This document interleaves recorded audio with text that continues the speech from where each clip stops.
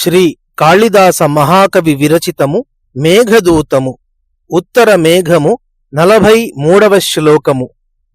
మామాకాశ ప్రణిహిత భుజం నిర్ణయాశ్లేషహేతోః లబ్ధాయాస్తే కథమపి మయా స్వప్న సందర్శనేషు పశ్యంతీనాం న ఖలు బహుశో న స్థలీ దేవతానాం ముక్తా స్థూలస్తరుకిసలయేప్యశ్రులేశాః పతంతి.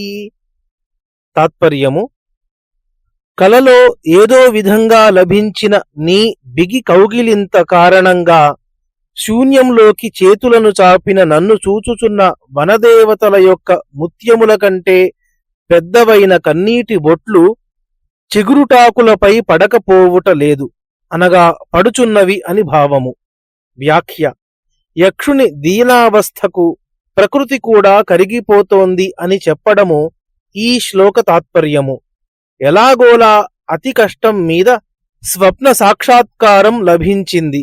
ఆ స్వప్నంలో అతని ప్రేయసి నిర్దయగా కౌగిలించిందట, అంటే బిగి కౌగిలింత. యక్షునికి ఊపిరి సలపనీయనంత గాఢాలింగనమది. యక్షుడు ఆకాశంలోకి చేతులు చాపాడు. వనదేవతలు అతని దీనావస్థను చూచి కన్నీటి బొట్లు విడిచాయి. ఆ కన్నీటి బొట్లు పరిమాణంలో ముత్యాల కంటే పెద్దవి. అవి భూమి మీద కాక చిగురుటాకుల మీద పడ్డాయి అనడంలో విశేషం ఉంది.